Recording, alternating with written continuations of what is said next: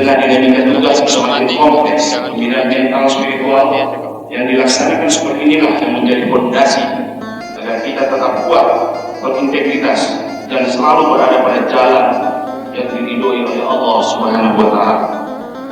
Prajurit yang kuat bukan hanya yang tangguh di medan tugas, tetapi yang kokoh imannya, jernih pikirannya, dan tegak moralnya.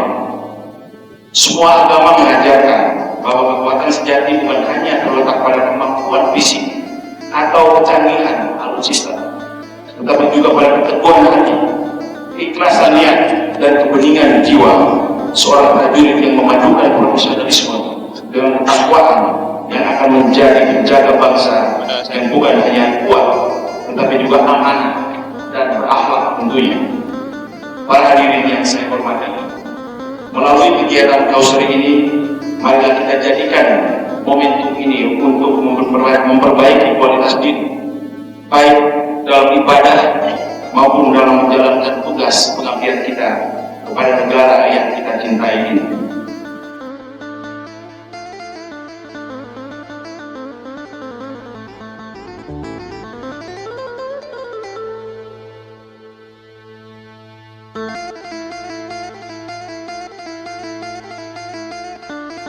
Izin Bapak Panglima serta seluruh hadirin jamaah yang dirahmati Allah. Adapun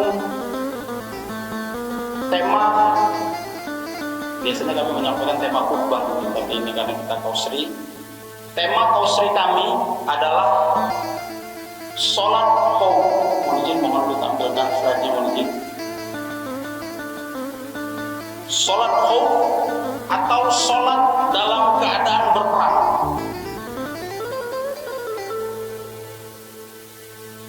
Sholat khauf atau sholat dalam keadaan berperang, serta sebagaimana kita tahu, tentunya kita semuanya angkatan laut pasti tahu, ketika KRI akan berlayar itu perang berlayar dan bertempur, perang berlayar dan bertempur. Maka samalah analogi ini, ketika kita akan berlayar, maka di situ kita juga dapat menggunakan sholat khauf, sholat dalam keadaan berperang. Karena memang khauf itu diambil dari bahasa Arab khaufa ya khaufu khaufan, artinya adalah takut. Atau para ulama mufassirin, penafsir Al-Quran menyebutnya dalam keadaan bahaya. Adapun sandaran atau dalil daripada sholat khauf adalah surah Al-Baqarah ayat 239. Fa'in khiftum farijalan aw rukbanan. Jika kamu dalam keadaan takut, khiftum. Kalau kalian dalam keadaan takut, inilah dan asal kata daripada khauf tadi. Maka sholatlah sambil berjalan atau berkendaraan. Fa'in khiftum farijalan atau sambil berjalan, maka sholatlah sambil berjalan atau berkendaraan. Fa'idha amintum, dan kemudian apabila keadaan kamu telah aman, maka sebutkanlah Allah. Fadhkurullah, maka berzikirlah kepada Allah. Ulama mufassirin menafsirkannya dengan maka sholatlah kama 'allamakum, sebagaimana Allah telah mengajarkan kepada kamu malam takunu ta'lamun, apa yang belum kamu ketahui. Maka jamaah yang dilakukan Allah, sholat khauf ini menjadi sandaran bagi kita bahwa ketika kita dalam keadaan berperang, kita boleh menggunakan atau melaksanakan sholat dalam tata cara sholat khauf ini. Kemudian ada satu lagi yang menjadi pemikiran kami, yang menjadi sandaran atau dalil bahwa sholat khauf ini penting kita ketahui. Minimal mohon izin pernah kita lihat sekali dalam hidup kita. Karena kami teringat, ini analogi yang lain, tapi mudah-mudahan similiar atau sama. Kami teringat pernah menjadi sukarelawan ketika tsunami Aceh. Kami ngantar bantuan waktu itu dari Belawan, waktu itu masih sipil. Kami ngantar bantuan dari Belawan dengan KM itu Peleng kalau tidak salah itu tahun 2004. Itu kami ke Melaboh, kemudian ke Simelu. Di Simelu mohon izin itu ada cerita-cerita masyarakat yang mengatakan bahwa ada semong, tsunami. Cerita ini turun-temurun dari zaman dahulu kala, keturunan-keturunan mereka, sehingga ketika semong itu datang, maka mereka bisa mengantisipasi. Begitu juga lah sholat khauf ini mudah-mudahan dapat kita lihat minimal sekali dalam seumur hidup kita, sehingga kita bisa ceritakan nanti ke prajurit-prajurit setelah kita, hingga mereka bisa mengetahui. Sebagaimana hadis Rasulullah SAW, alimu auladakum as-sibah, ajarilah anak-anak kalian berenang, warimaya, dan memanah, warukubul khail, dan mengendarai unta. Para mufassir, penafsir hadis menjelaskan bahwa nanti perang, walaupun sekarang mohon izin dengan menggunakan teknologi yang canggih, sekali tekan tombol seperti perang Iran Israel itu, tapi penafsir hadis menerjemahkan hadis ini bahwa nanti, ya kita nggak tahu entah kapan itu, tapi tetap kita harus mempercayai ini bahwa nanti perang itu akan kembali konvensional. Tombak pakai tombak, panah pakai panah, pedang pakai pedang. Kapan? Wallahu a'lam. Ya, nanti mohon izin jangan tanya saya juga kapan ya. Ya, ini menurut ulama.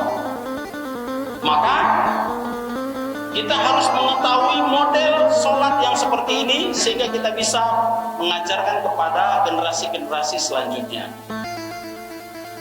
Sholat itu begitu penting jamaah, sehingga dalam keadaan perang saja ini kita ambil hikmahnya, bahwa Allah Subhanahu wa taala menyampaikan dalam perang saja itu sholat tetap wajib. Apalagi kita sekarang ini yang dalam keadaan damai, tenang. Bayangkan saudara-saudara kita di Palestina kemarin, kita lihat sendiri, mungkin banyak lihat di medsos, saudara-saudara kita yang sholat tetap pakai baju bekas banjir, yang di Aceh, yang di Padang, yang di Sumatera Utara, yang di Tapanuli Tengah, di Sibolga.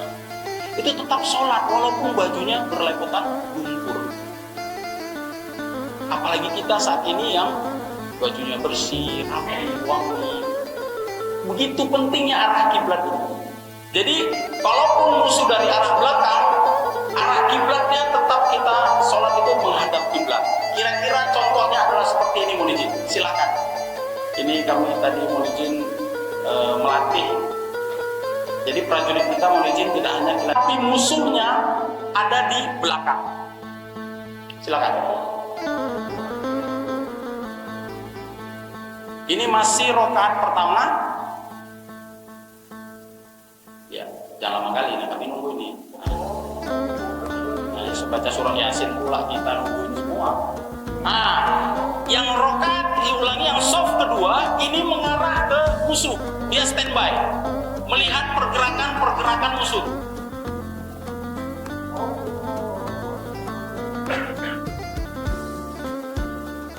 Jadi ini masih rakaat pertama. Ya. Mungkin slide-nya bisa diganti arah video ke arah kita. Nah, ketika rakaat pertama, soft pertama tadi selesai, soft pertama kembali berjaga di belakang. Yang soft kedua tetap melaksanakan sholat. Dengan salah satunya itu menjiharkan, menguatkan volume aba-aba sholat. Allahu Akbar, agak kenceng dikit. Imam ini membaca agak lama. Kenapa? Menunggu yang soft kedua. Ketika sudah sampai di rakaat pertama, soft pertama tadi kembali masuk melaksanakan sholat, soft kedua kembali berjaga. Ketika imam sudah masuk tasyahud, soft kedua yang tadi berjaga kembali melaksanakan rakaat kedua, dan soft yang pertama kembali berjaga. Tetap penjagaan keselamatan pasukan kita sangat perhatikan, menjadi prioritas utama dalam pelaksanaan sholat. Jadi bagaimana menyeimbangkan antara ibadah dan keselamatan pasukan. Maka penting melaksanakan penjagaan terhadap keselamatan pasukan. Sampai-sampai izin Bapak Panglima, ada salah satu hadis, kita boleh berbohong, boleh orang berbohong terhadap 3 hal. Kembali ke surat Khauf bahwa boleh kita itu lagi bahwa prioritas kita melaksanakan ibadah tetap haruslah menjaga keselamatan para rekan-rekan kita.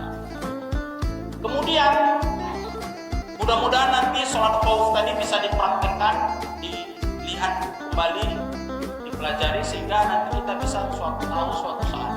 Kemudian kami kembali ke materi di mana kita perlu belajar bagaimana tata cara sholat ketika kapal berlayar. Mohon izin, kami ya walaupun khusus tapi pernah beberapa kali naik haji. Jadi begitu juga lah Allah Subhanahu Wa Taala memberikan keringanan rukhsah bagi kita. Dan jangan sangka hal ini pernah ditanya oleh sahabat 1400 tahun yang lalu. Sahabat bertanya ke Rasulullah, ya Rasulullah, ala arba'ah khairun min itnain. Ya Rasulullah, apakah 4 rakaat itu tidak lebih baik daripada 2? Itu pernah ditanya sahabat, jadi bukan kita saja yang bertanya seperti itu. Kata Rasulullah, Allah, jangan pikir gitu. Logika kita tidak sama dengan apa yang dimaksudkan oleh Allah SWT. Lebih baik 2 karena rahmat dari Allah umat. Begitu jemaah. Maka ketika kita bisa melaksanakan sholat secara jamaah maupun qashar, silakan. Memang tidak ada kewajiban juga harus jamaah dan qashar, tidak ada kewajiban, tapi boleh. Dan jangan menganggap bahwa 4 itu lebih baik daripada 2 ketika kita melaksanakan sholat musafir. Ada beberapa kejadian-kejadian jamaah yang ketika kita melaksanakan sholat jamaah ini terjadi sering di antara kita, tapi kita bingung. Misalnya apa? Imamnya batal. Apa yang harus kita lakukan? Kalau imam batal jamaah, yang belakang itu mengambil posisi imam. Dia mengambil tanggung jawab. Ini mohon izin misalnya Bapak Presiden, beliau berhalangan, yang mengambil peran